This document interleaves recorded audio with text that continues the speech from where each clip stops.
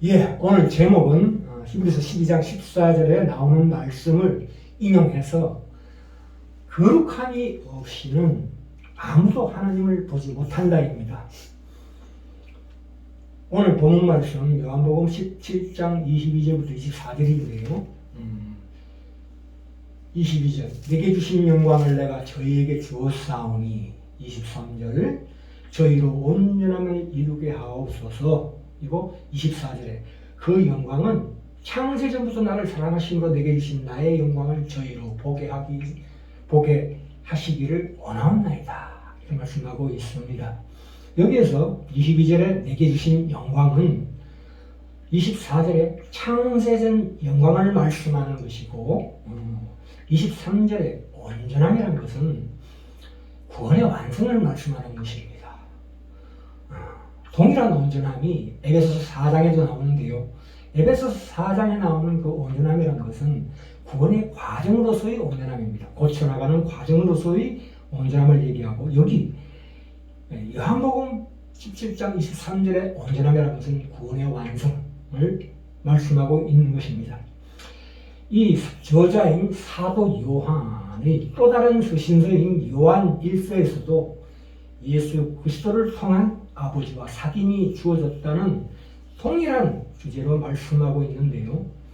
요한일서 1장 5절에 보시면 곧 하나님은 빛이시라 그에게는 어둠이 조금도 없으시다는 것이니라 이렇게 말씀하고 있습니다. 우리가 하나님과의 사귐, 그 교제를 나누지 못하는 여러 요소들이 있는데요.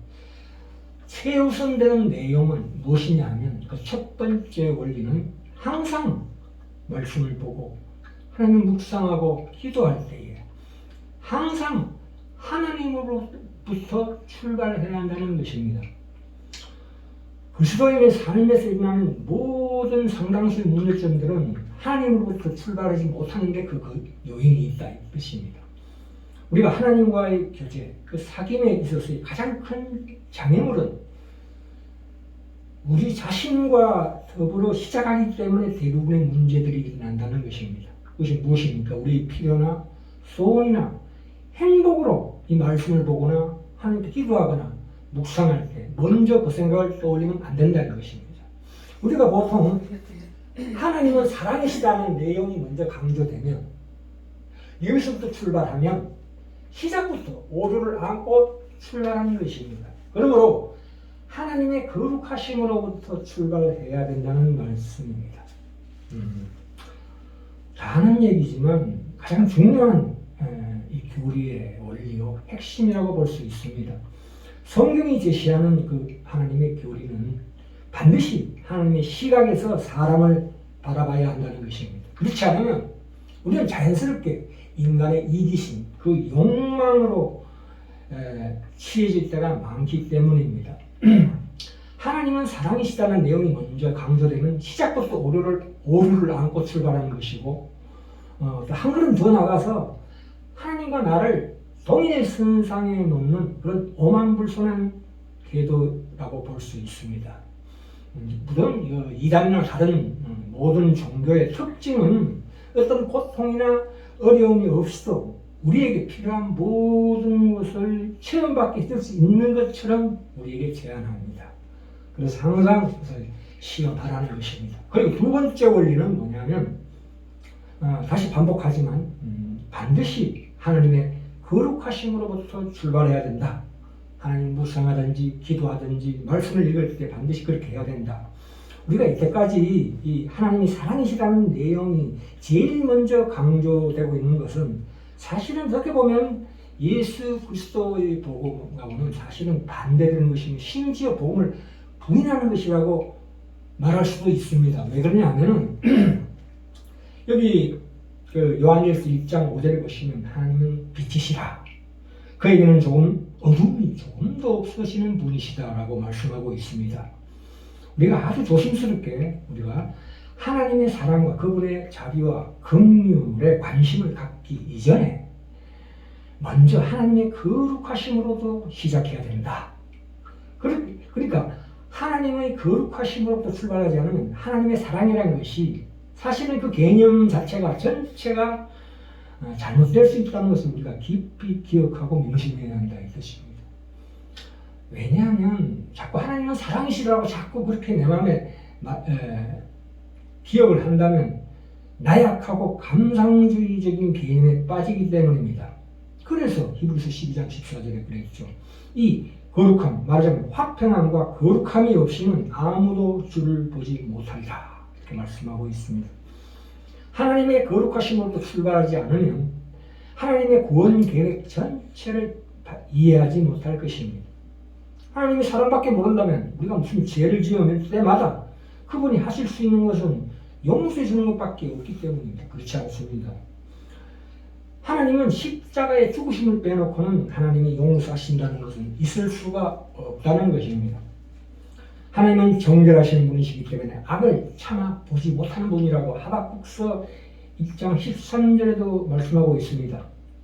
하나님은 그 자신의 그 거룩한 방식, 그러니까 죄가 방식으로 십자가로 말미암아 죄가 다루어질 때만 우리를 용서할 수 있다 이 말씀입니다.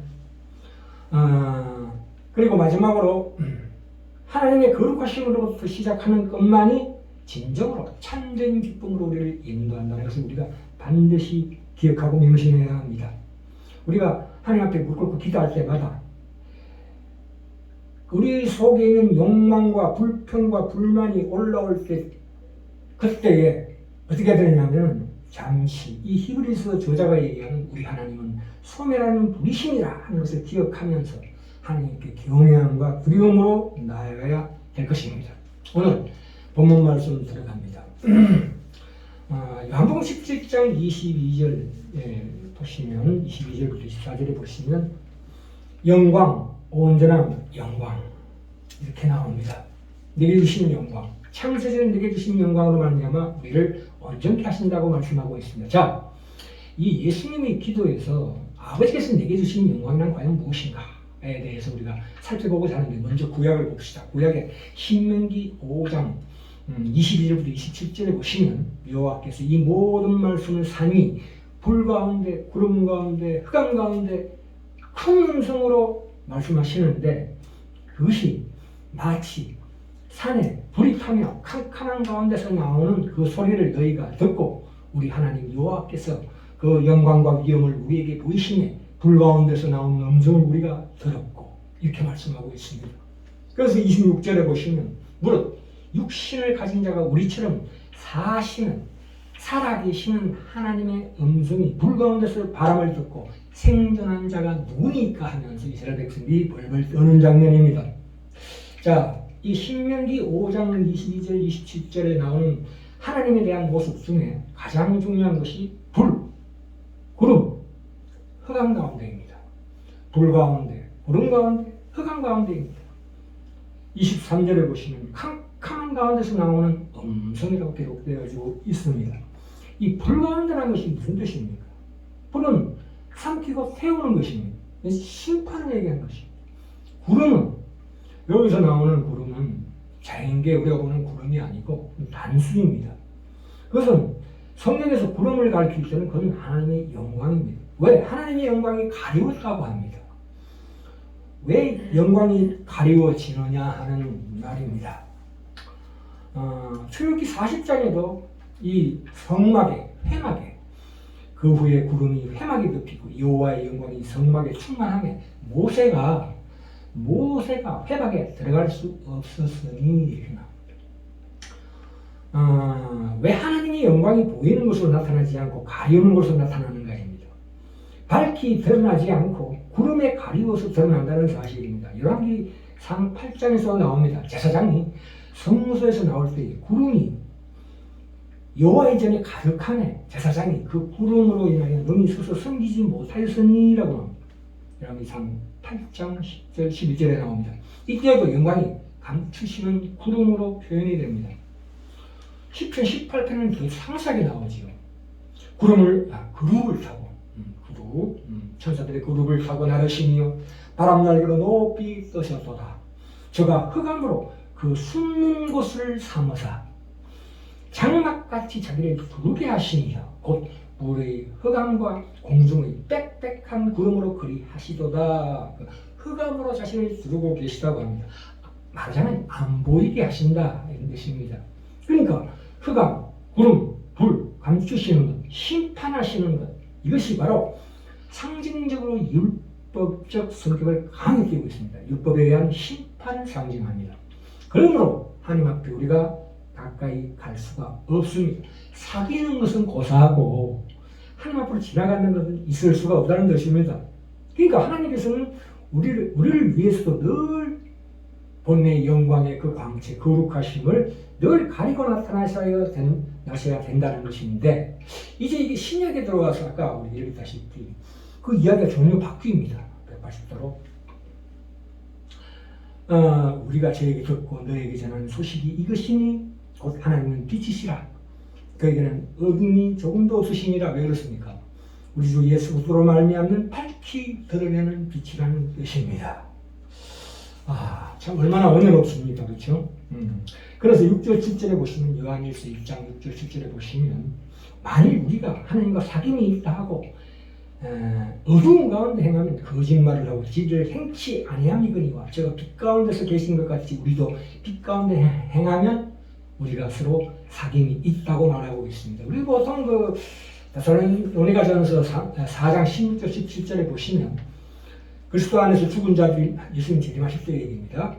그리스도 안에서 죽은 자들이 먼저 일어나고 그 후에 우리가 살아남은 자들도 저희와 함께 구름 속으로 끌어올려 공중에서 주를 영접하게 하시리니, 이렇게 말씀하시는 것을 우리가 희우고, 말하자면 하늘에서 뚜레박이나 줄이 내려와서 우리 잡고 올라간다면 이런 걸로 상상할 수 있는데 전혀 그런 뜻이 아니고, 이 말씀은, 비슷한 말씀이 사도행전에도 나옵니다.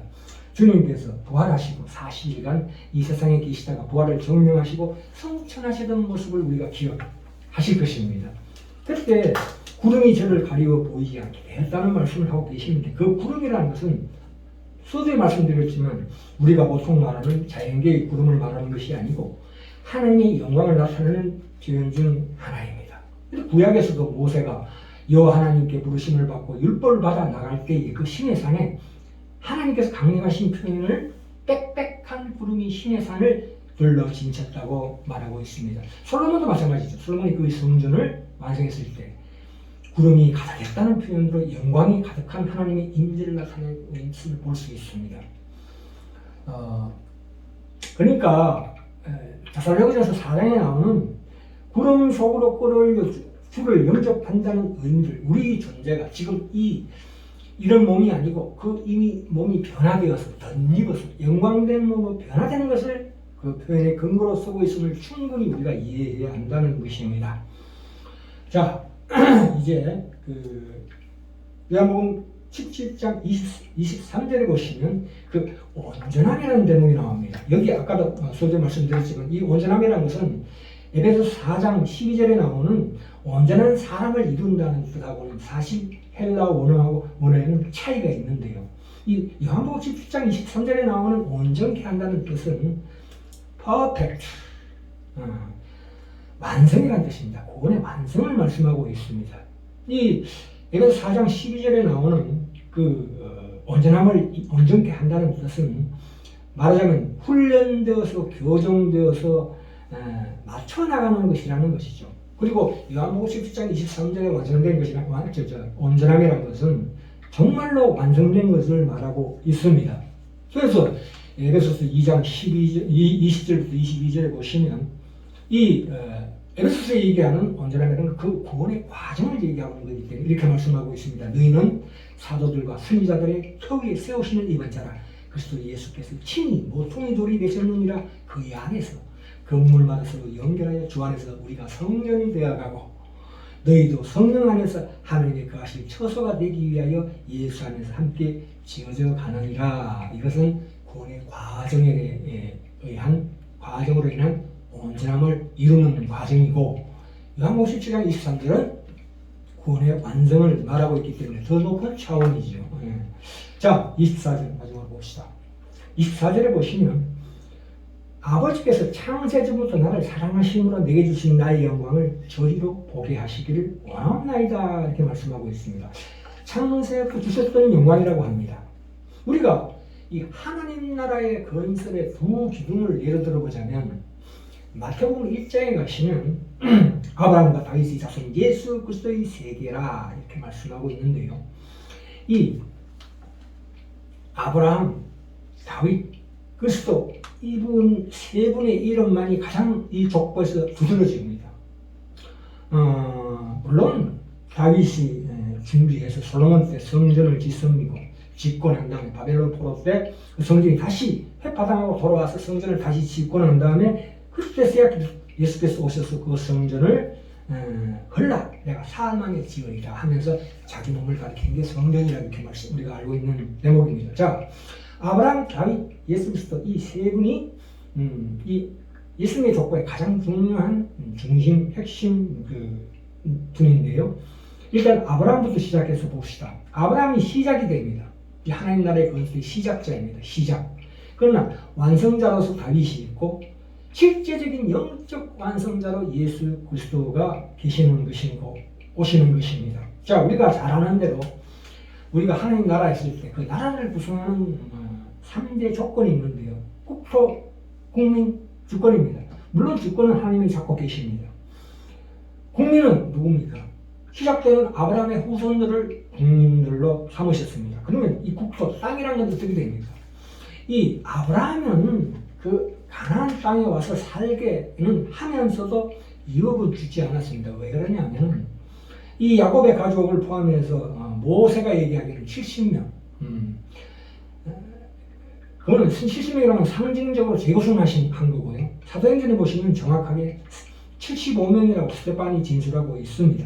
그러니까 애굽에서 탈출하고 난 다음에 가나안 땅을 차지하고 나야 이스라엘이라는 국가가 된 다음에야 들어와서 살게 하십니다. 아브라함을 후손들로 하여금. 아브라함 때 가나안 땅이 거의 기업이 되지 않고 왜 400년이나 지나서 거의 후손 때 들어와서 그 땅을 유업으로 가실 수 있었습니까? 단 하나 이유 때문입니다. 아브라함 율법을 받지 못합니다. 모세가 받습니다. 그래서 출애굽해서 가나안으로 들어가지 않고 시내산에 들러서 율법을 받아가지고 들어갑니다. 이 말하자면 이 뜻이 무엇이냐면 아브라함으로부터 시작해서 거기에서 아브라함으로 하여금 그 가나안 땅에 들어가지 못하고 말하자면 약속된 땅에서 살지 못하게 하고 유업을 주지 않고 기업을 주지 않는다는 것은 반드시 애굽을 탈출해서 모세로 하여금 시내산에서 율법을 받게 하시는데 가장 중요한 특별한 이유가 있다 이 뜻입니다. 그것은 무슨 뜻이냐면 이 가나안 땅 하나님의 나라에는 거룩하지 않은 자는 결코 들어오지 못한다는 뜻입니다. 그래서 모세도 자기가 인도하고 온 그 이스라엘 백성의 1세대와 함께 광야에서 죽습니다. 상징적이죠. 하나님 나라의 백성이 되어도 거룩하지 않는 한 들어가지 못합니다. 그것은 우리에게 조건으로 제시하는 것이 아닙니다. 하나님이 그의 나라를 설립하시고 우리를 그의 백성으로 삼으셨다는 것은 반드시 하나님께서 우리를 거룩해 하실 것이기 때문입니다. 그래서 우리가 믿어야 합니다. 우리의 소망으로 둬야 합니다. 이 아브라함이 이렇게 선 것은 하나님이 그의 백성의 한 모습, 대표자로서 세우신 것이고 다윗으로 설명된 예수 그리스도는 그럼 무엇 때문에 등장합니까? 다윗은 성전을 제대로 건축하는 데 있어야 되는 전제 조건, 성결 조건을 수행하는 자로서 있습니다. 그것은 뭐냐면 주변의 대적을 잠잠게 하는 임무를 다윗이 수행하게 됩니다. 그래서 다윗이 성전을 짓지 못하고 왜냐하면 피를 흘려야 되기 때문에 왜? 하나님 나라는 더 이상 싸움이 없는 곳이기 때문입니다. 대적을 잠잠케 하고 난 다음에야 솔로몬이 그 전을 짓습니다. 솔로몬의 이름이 뭡니까? 샬롬의 변형입니다. 샬롬, 평화죠. 샬롬입니다. 그러니까 하나님의 나라는 더 이상 싸움이 없는 곳입니다. 적대 세력이 있을 수 없고 우리를 슬프게 하거나 애통하게 하는 것이 있을 수 없다는 것입니다. 그것이 요한계시록에도 나와 있습니다. 열왕기상 5장에 가시면 3절 5절에 보시면 당신도 알거니와 내 부친 다윗이 솔로몬이 얘기합니다. 사방의 전쟁으로 인하여 그 하나님 여호와 이름을 위하여 전을 건축하지 못하고 여호와께서 중요한 말씀 나옵니다. 여호와께서 그 원수들을 그 발바닥 밑에 두시기를 기다렸나이다. 이 말씀 어디서 많이 본 것 같죠? 그건 히브리서 신약의 1장 13절에 시편 110편 1절을 인용해서 내가 너희 원수로 너희 발등상 되게 하기까지 너를 내 우편에 앉았으라 하셨도다. 이렇게 말씀하고 있는 대목이 나옵니다. 그러니까 모든 정사와 모든 권세와 능력을 멸하시고 나라를 아버지 하나님께 바칠 때 제가 모든 원수를 그 발 아래 둘 때까지 불갑을 왕노하시니라. 고린도전서 15장에도 나오고 있습니다.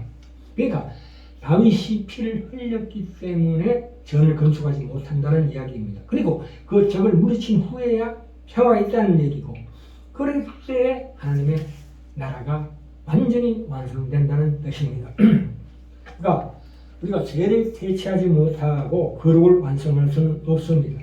그 원수를 물리치는 것, 그것을 상징하는 것이 다윗의 존재입니다. 신약에 와서 이제 하나님께서 그의 나라를 설립하시고 그의 백성을 부르시되 자격 있는 자로 이 나라에 설 수 있는 자로 만들기 위해서 그 대적을 발바닥에 깔고 굴복시키고 멸하기 위해서 예수 그리스도를 보내셨다는 것입니다. 히브리서 2장에 가시면 예수님이 소림하셔서 하신 가장 중요한 사역이 대속사역입니다. 대속사역이라는 것은 우리 죄값을 치고 그 피로 말미암아 우리 죄를 씻어주신다는 그 뜻도 있지만 더 중요하게는 우리 원수를 치는 것으로도 묘사되어 있습니다. 기독교 신앙에서 자 결론입니다. 거룩과 의를 제쳐놓고는 축복을 이야기한다는 것은 있을 수가 없다는 것입니다. 그러니까 그게 불가능하기 때문에 예수 그리스도께서 오셨다는 것입니다. 구약에서는 아무리 거룩해지려고 해도 거룩해질 능력이 없지만 신약에 들어와서는 이제는 지킬 능력이 있다는 것입니다. 왜요? 우리 주 예수 그리스도 안에 있기 때문입니다.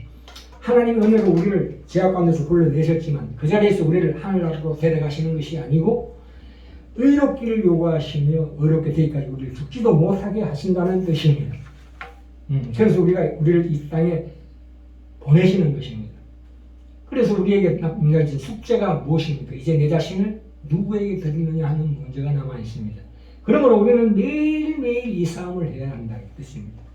우리가 기도해서 얻어지는 거 아닙니다.